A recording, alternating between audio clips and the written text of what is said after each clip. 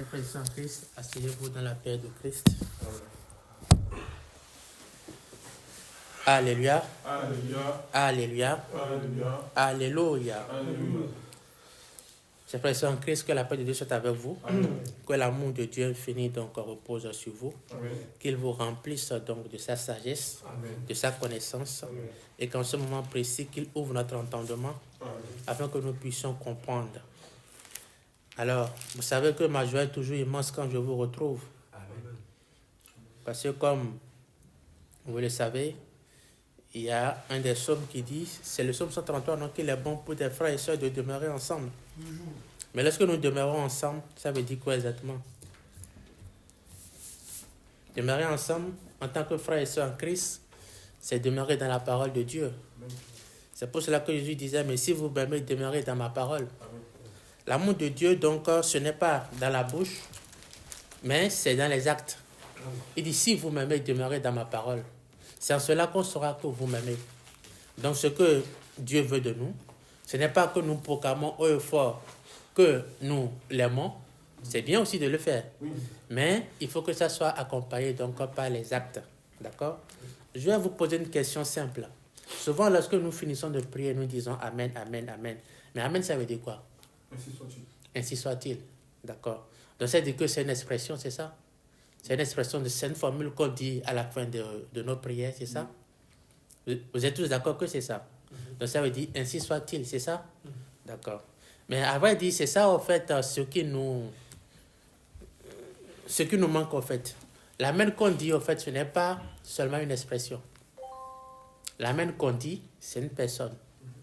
Et cette personne-là, c'est qui? Le Christ. C'est le Christ.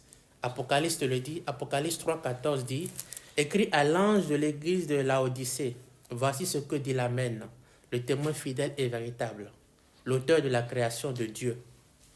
Or, on dit Dieu a créé toutes choses par sa parole. Au commencement était la parole, et la parole était avec Dieu, et la parole était Dieu.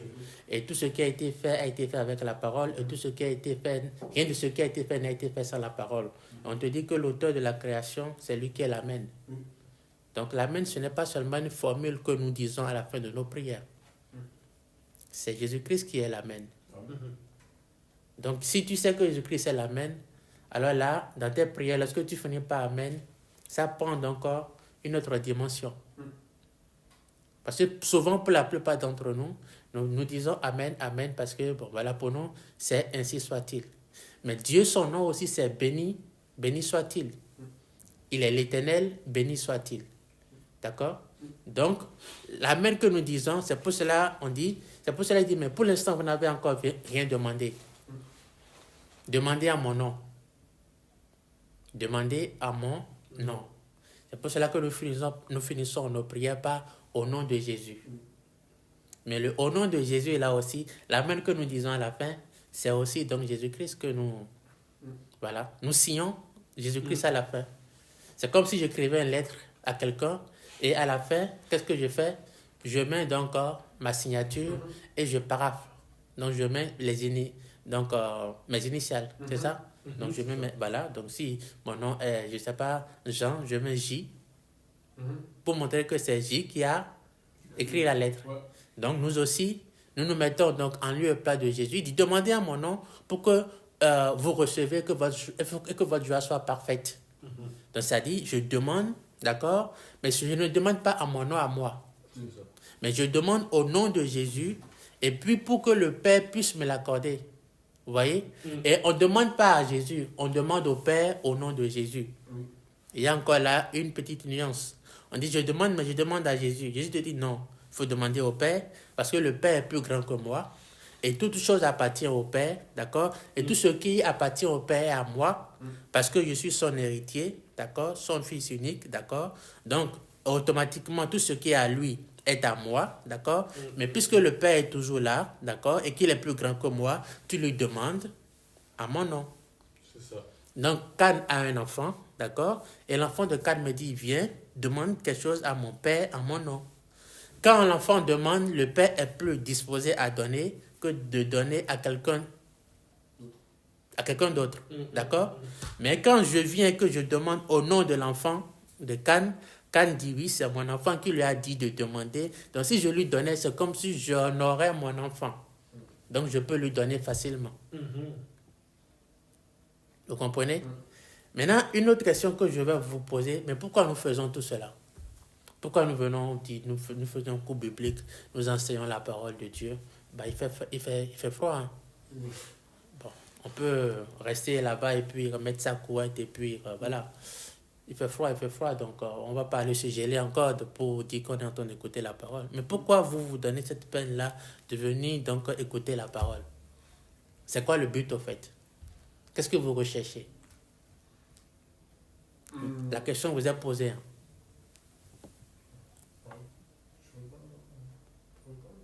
Pardon? Chacun répond. Oui, si vous voulez répondre. Pour commencer, moi j'adore entendre la parole de Dieu. Oui. Parce que c'est à travers ces enfants que Dieu nous parle. D'accord. Et ça me fortifie, en fait, ça me donne beaucoup d'envie d'entendre encore tous les jours la parole de Dieu. Et c'est ce que j'aime en fait.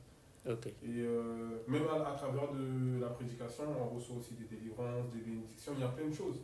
Et moi j'aime bien. D'accord. Ok. Qui d'autre veut répondre? On t'écoute? Allez-y, monsieur. Bon, moi, à travers le cours biblique, ou sinon, comme il a dit le frère Jonas, par rapport à l'enseignement, ça nous permet de continuer à croire en fait, et que notre foi ne chancelle pas en fait. Parce que comme on a dit comme il dit dans le livre d'Osée, on dit que mon peuple est de connaissance parce que on n'est pas édifié par la parole. Et le fait d'entendre toujours la parole, ça nous permet de rester dans le droit chemin. Ça nous permet de rester dans la voie que Dieu nous a mis, nous a destiné, quoi. Donc moi personnellement, c'est ça qui me fait que je suis en vie, et je le remercie pour ça, quoi. Et je veux qu'il continue toujours à nous enseigner à travers son serviteur, à travers les serviteurs qu'il nous met au-devant de nous, à travers l'enseignement. Ok. Bon. Moi, je voulais juste ajouter quelque chose. Moi, c'est ma toute première fois d'assister à une étude biblique. Moi, un baptiste, ça me permet de grandir dans la parole de Dieu. Ça me donne encore la force parce que on dit toujours, on engage un petit peu. Sarah, moi j'avais l'habitude. Sarah, en écoutant la parole de Dieu, c'est pour ça apprendre beaucoup de choses. Ok. Écoutez, vous avez tous bien répondu, d'accord? Mais allons-y, regardons dans Daniel 12. Qu'est-ce qu'il dit? Il dit, à partir du premier verset que je lis, il dit, à cette époque-là se dressera Michael, le grand chef, celui qui veille sur les enfants de ton peuple. Ce sera une période de détresse telle qu'il n'y en aura pas eu de pareil depuis qu'une nation existe jusqu'à cette époque-là. À ce moment-là, ceux de ton peuple qu'on trouvera inscrits dans le livre seront sauvés. Beaucoup de ceux qui dorment dans la poussière de la terre se réveilleront, les uns pour la vie éternelle, les autres pour la honte, pour l'horreur éternelle. Ceux qui auront été perspicaces brilleront comme la splendeur du ciel. Et ceux qui auront enseigné la justice à beaucoup brilleront comme les étoiles pour toujours et à perpétuité.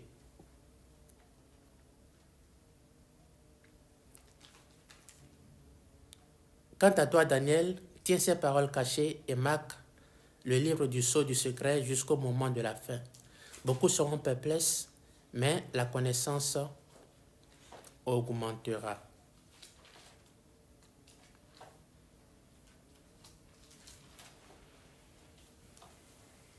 Alors, il nous dit, ceux qui auront été perspicaces brilleront comme la splendeur du ciel, et ceux qui auront enseigné la justice à beaucoup brilleront comme les étoiles pour toujours et à perpétuité. Je ne sais pas si vous avez autre chose dans vos livres, si vous avez d'autres Si c'est dit autrement, que quelqu'un me lise sa version. En ce temps-là, se lèvera Michael, le grand chef, le défenseur des enfants de ton peuple. Commençons à partir du deuxième verset. Non, troisième plutôt. Troisième, chapitre 12. Daniel chapitre 12, verset 3. Ceux qui auront été intelligents brilleront comme la splendeur du ciel. Et ceux qui auront enseigné la justice à la multitude brilleront comme des étoiles à toujours et à perpétuité. 4. Toi, Daniel, tiens secret ces paroles. Non, le troisième. Est-ce que quelqu'un d'autre a une autre version? Daniel 12. Troisième verset. Parce que je trouve ça. Daniel, c'est dans l'Ancien Testament. Et quelqu'un a trouvé?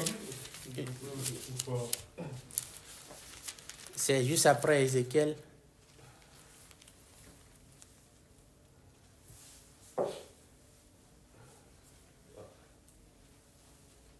Alors pourquoi je demande de lire ce passage-là? Parce que déjà on voit bien que en fait c'est une prédiction, en fait c'est une prophétie. Et c'est bon, vous avez trouvé? Daniel 12, oui, 3 il dit quoi? Ceux qui auront été perspicaces Oui. brilleront comme la splendeur du ciel. Et ceux qui auront enseigné la justice Oui. à beaucoup brilleront comme les étoiles pour toujours et à perpétuité. D'accord. Non, c'est bon. Ok.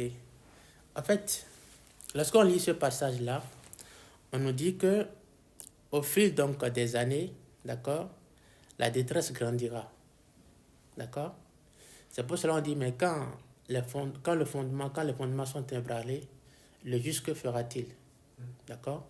Donc, vous voyez bien que plus on avance et plus la génération se pervertit.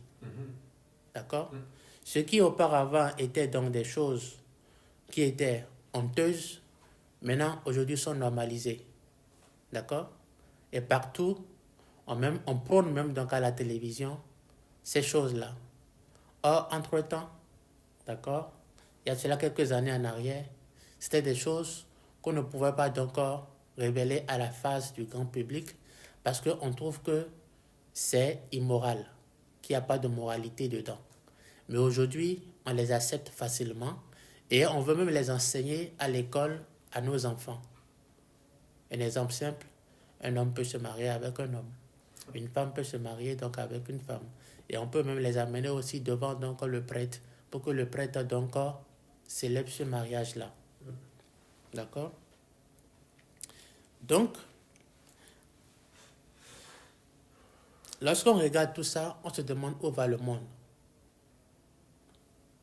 Où va le monde? Parce que souvent, beaucoup d'entre nous, nous suivons la masse. D'accord?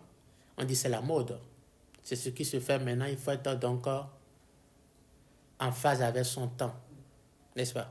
Et vous savez très bien qu'il fut un temps où on portait de gros jeans. Et nous tous aussi, on s'est mis à porter de gros jeans. N'est-ce pas?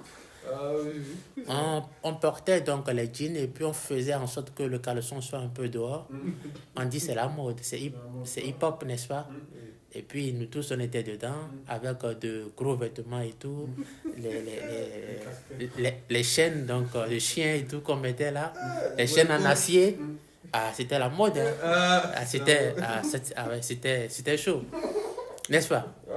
Donc nous tous on s'est mis dedans. Et ça, c'est passé. Et même ceux-là, maintenant, qui étaient initiateurs de ces mouvements-là, aujourd'hui, ils s'habillent tous en cravate, en veste. N'est-ce pas? Si vous regardez bien. Ouais, c'est vrai. N'est-ce pas? Ils sont tous maintenant en cravate. N'est-ce pas? Parce qu'aujourd'hui, c'est le temps des cravates qui est revenu. Et pour être présentable, il faut être aussi, donc, voilà, bien habillé, bien sapé. Et bien sapé, c'est se mettre en cravate et puis et tout. 3 pièces, n'est-ce pas?